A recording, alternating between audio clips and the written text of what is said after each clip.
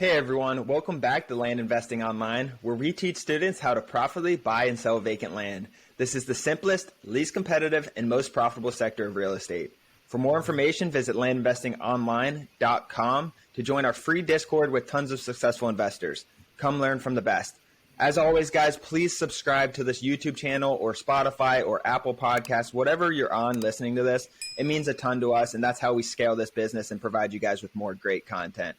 But I'm Daniel Apke, joined again by my brother and business partner, Ron Apke. Welcome back, Ron. Hey, Dan. Good to be here. Before we get started, let's go over a question. And this is actually a question I had at first, too. It's a really good question, and there's no clear answer to it. But the question is, can you sell a land flipping business? So if you're looking at this question, maybe you are interested in building assets that you can sell, which is great. I personally have sold businesses in the past, and I always look at, how to scale and sell a business. That's always in the back of my head, just because long-term wealth and growth, that's where the real money is.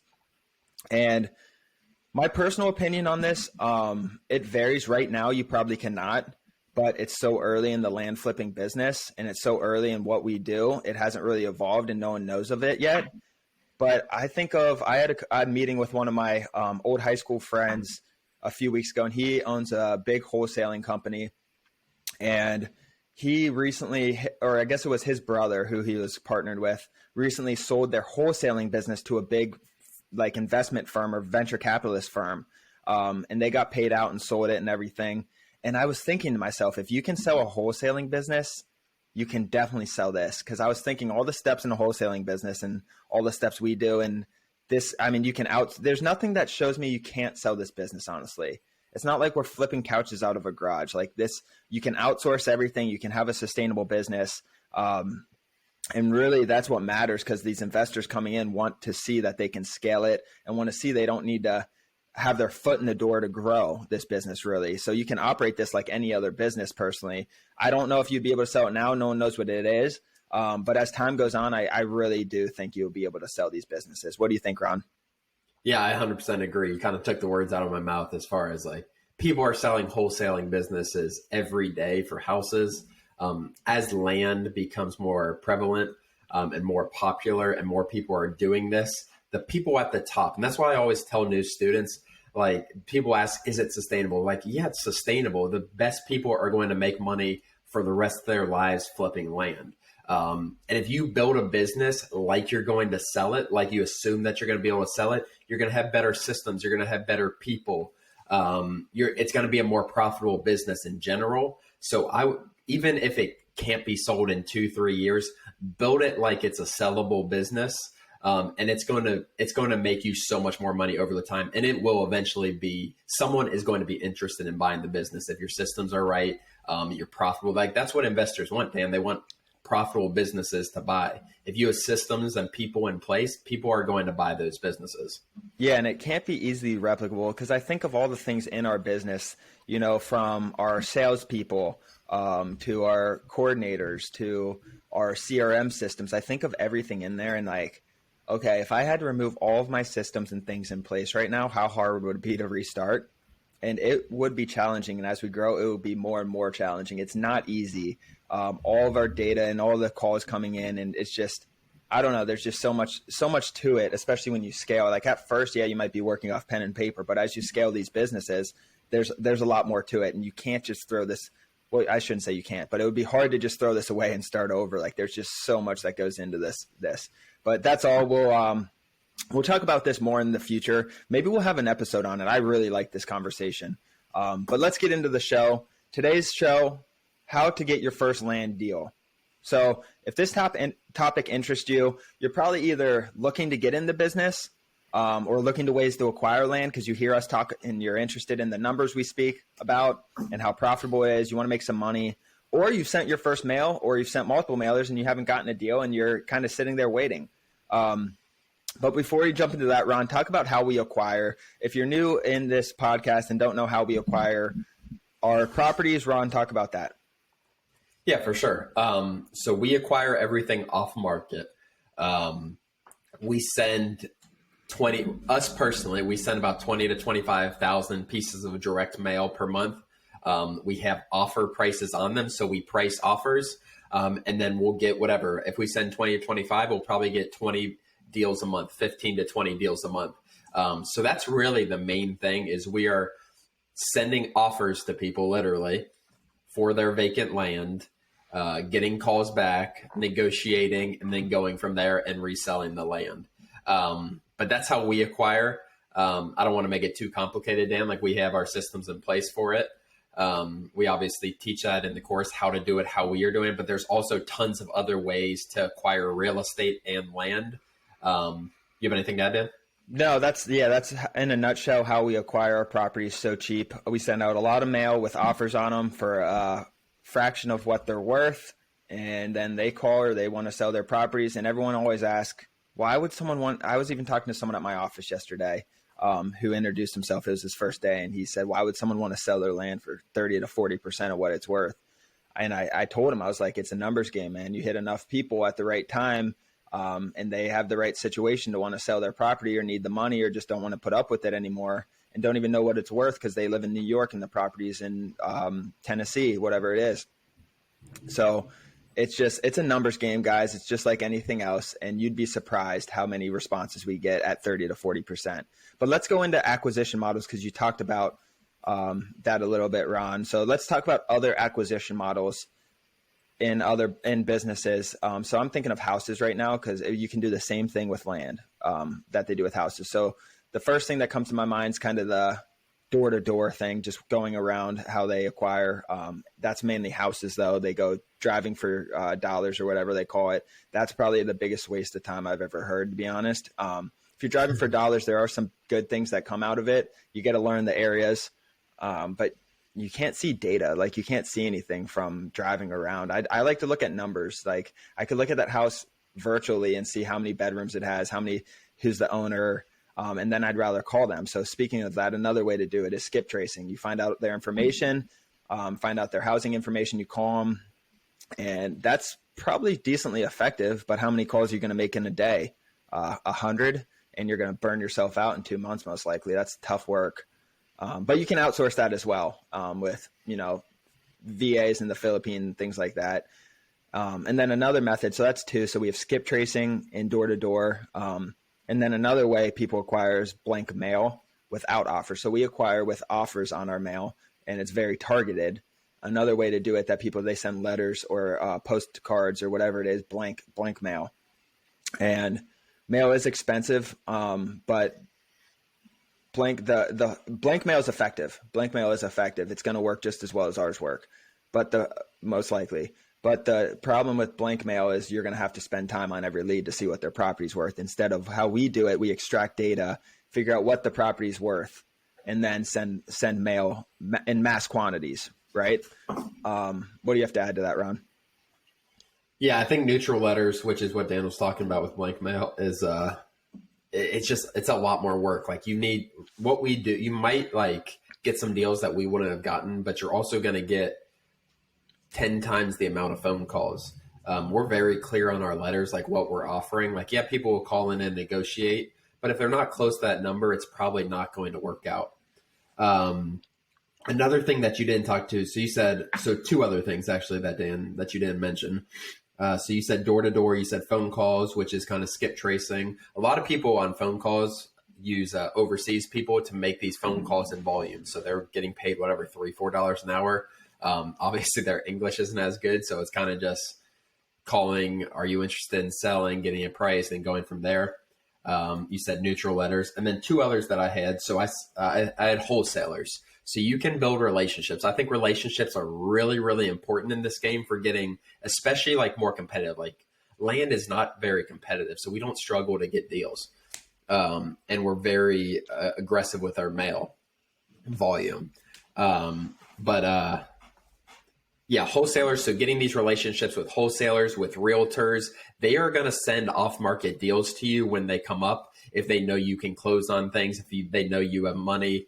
I think that's a big way. Wholesalers are basically, they're doing the phone call stuff, and then they're going to take a margin on top of that without buying it. And they're going to assign the contract to you is what it's called typically. So that's a good way. And then the other thing is on market. it's so competitive right now for houses, for multifamily, but it is possible. Like if you make enough offers um, on properties, you're going to eventually find a good deal. You need to, the biggest thing with this is learning how to evaluate deals. And I'm not talking about land right now, really, to be honest. I'm talking about other things. Land, I don't suggest buying on market unless you have improvement plans for it. But as far as houses, multifamily, make a ton of offers. Like you cannot be scared to make offers. They have these due diligence periods. If you're making offers without a realtor, those seller realtors are going to be a little more excited because you're not represented, and they're going to get that full commission. So there is ways to get deals on markets. You need to become an expert at being at evaluating deals. You need to be really quick with your due diligence. Like that's what's going to get you under market value deals, Dan, is being able to evaluate the deal and then having a really short due diligence period where you can really dive deeper into it if you got your price. But those are two I had to add in: wholesale/realtor relationships and on market deals. Yeah, and another thing with wholesalers, that is another method, and that's a really good one. We bought one this year from a wholesaler house, a duplex. It was about probably 20% under market value. If it was, about 20% under market value.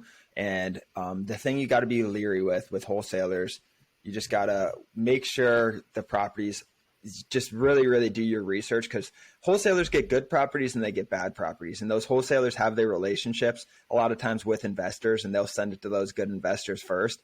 So that's why Ron's talking about those relationships you need. Don't just take anything. Yeah, the property might be worth or they might be selling it for $250 and it might be worth $425 after you put a new roof on it, and HVAC system and electrical replumbing stuff. These properties can get messy from wholesalers. So really, really do your due diligence on that. But that being said, we had a really good one we bought this year. Needed hardly any work, really, really minimal work, just some cosmetic stuff. And it worked out well. But those wholesalers acquire from the other methods we were talking about. So those wholesaling companies a lot of times have a sales staff, like legitimate salespeople there too, that answer the calls and call back and all that stuff, and they're paid off commission.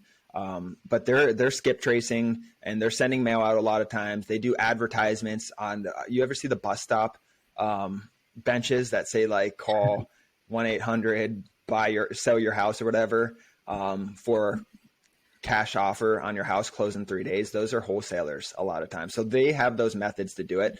And we don't want to spend all that time putting all those advertisements out necessarily. And it's not our business. Personally, Ron and I's business to wholesale these houses. We like to buy, and I'm fine with buying 10, 15, 20% under market value because we make our money from land, right? So that's one other thing. But honestly, so Ron talked a little bit about skip tracing, and I would consider skip tracing for land.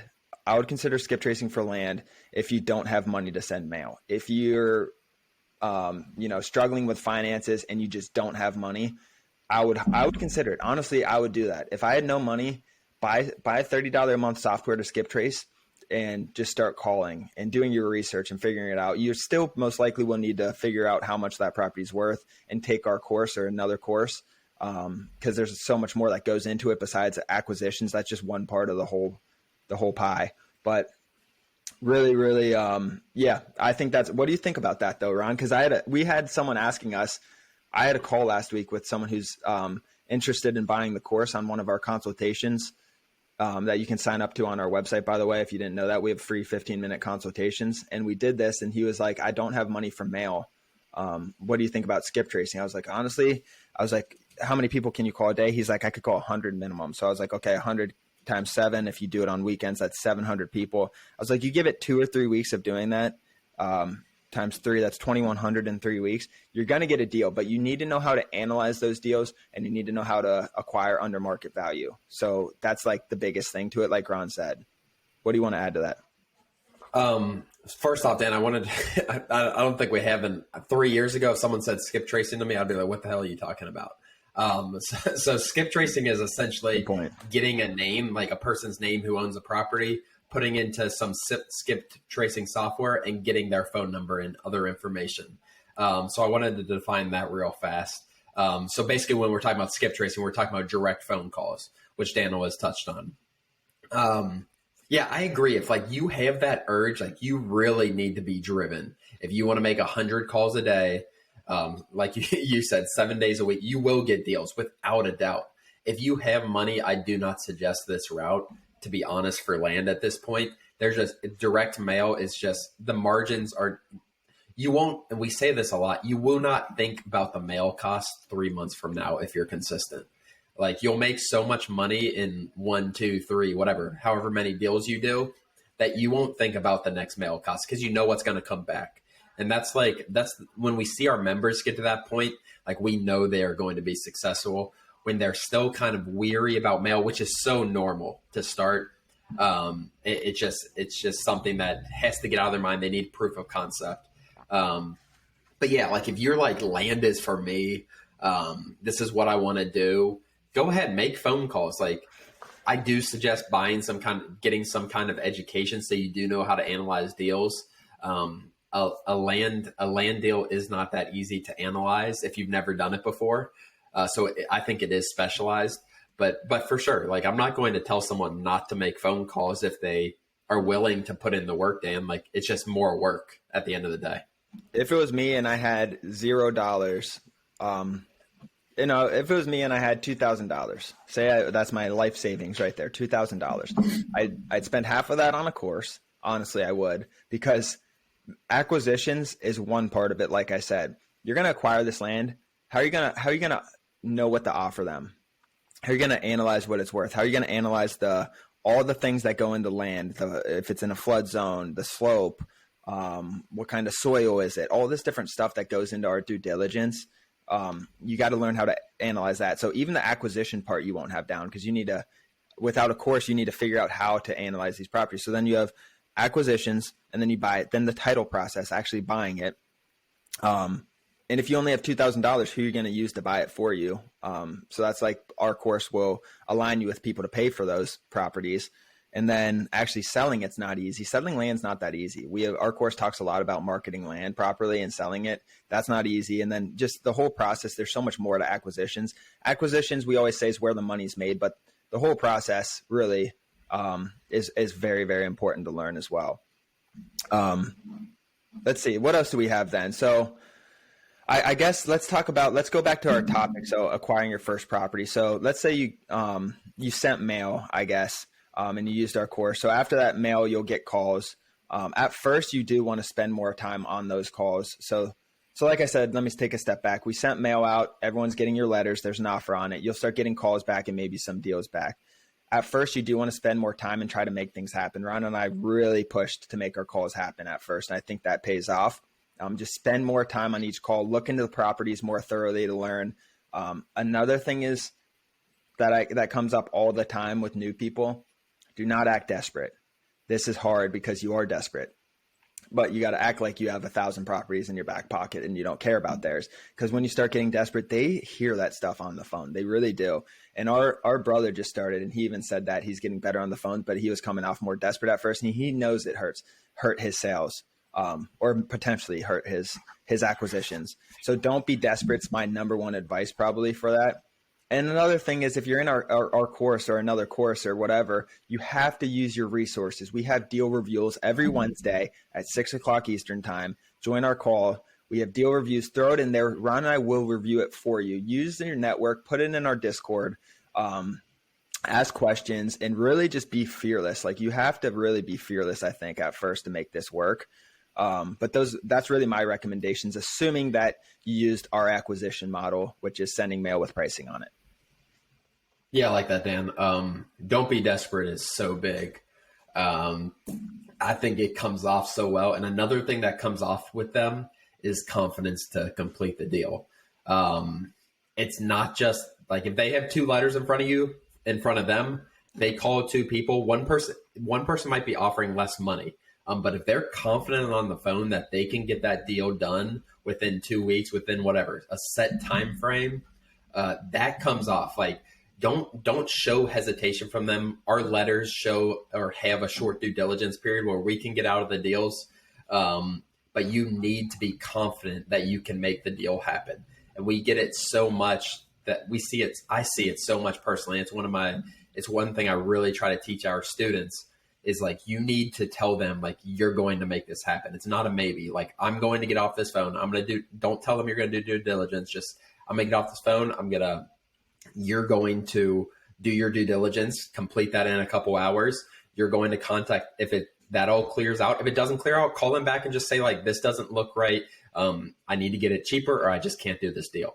But that first initial call before you get that purchase agreement, you need to be sure with them. You got to show confidence with them, or it's not going to happen. They're not going to send you that purchase agreement because they're going to think it's some kind of wholesaler. And the reason this, Dan, everyone gets these, not everyone. I know you get it a lot for one of your houses, these wholesale calls. For some reason, I get your damn calls for one of your houses that you own, and it frustrates me. But these people think you're selling their deal, which is fine if you can get it sold fast. But what we teach is actually purchasing the land. So we're so good at evaluating land deals that we're confident enough to buy it and then resell it. We're not wholesalers by any means, so don't confuse that. We're not selling the contract to anyone. We are buying it. And that's what the fear is. And that's what has probably happened to some of these sellers before.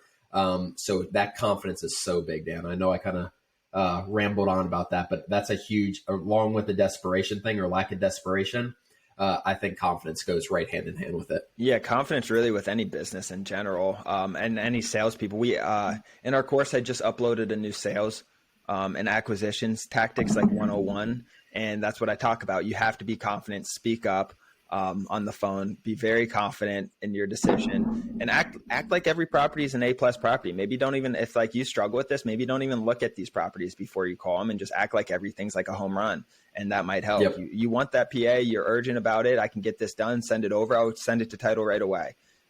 Things like that. But that's really all I have for this episode. I really think, I didn't know this episode was going to turn this way. I think this was really relevant to anyone in real estate or looking to get into real estate. We talked about the different acquisition models, but that's all I have. Do you have any last things to add, Ron? No, I think that like you said, Dan, that's really good. And whether you're trying to acquire a piece of land or trying to acquire whatever, commercial building, like it's all the same, really. It really isn't that much different.